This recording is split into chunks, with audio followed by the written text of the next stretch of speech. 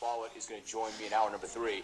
Now, there's always guys like this in the NFL, really unique guys, very different guys. There's nobody quite like that guy in particular, but talk about what he's meant to that team, the personality he has, because you've probably coached all types, but maybe not anybody quite like him.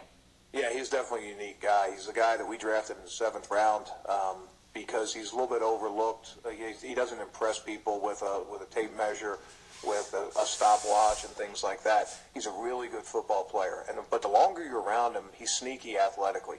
He's a lot better than you think, and he's made a lot of big hits. I mean, YouTube gets a lot of hits on Zack Follett.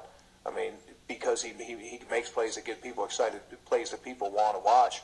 You can make a big hit on kickoff team once a year by mistake, just sort of by accident, by being out there. He makes them regular. I think he had 5 really big hits, and you can't do that by accident. He's got something inside of him. He's a little bit. He's got a couple screws loose. When you get in cages with lions and you wear your helmet driving down the street and stuff like that. I mean, but beyond that, he's a good football player. Hey, listen, you can do things like that if you're a good football player and you make plays to help your team. If you're not making plays, then you're just a screwball, right? No doubt, no doubt. You got it. A little bit we talked about before with Kyle Vanden Bosch. Being a hard worker, that doesn't mean anything if you can't make plays on the field. Being a tough guy doesn't matter if you're not productive.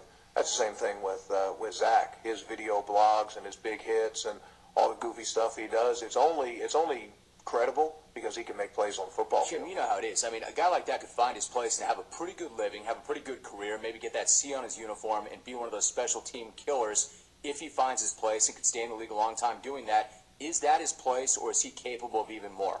No, I think he's capable of more. He's still a young player. It takes a little while to develop as a linebacker. He's playing a little different position than he played at Cal. He was a 3-4 outside linebacker, really a defensive end there that did nothing but rush the passer. He had a lot to learn. By the last game of the year, 16th game of the year, we had a package to get him on the field defensively.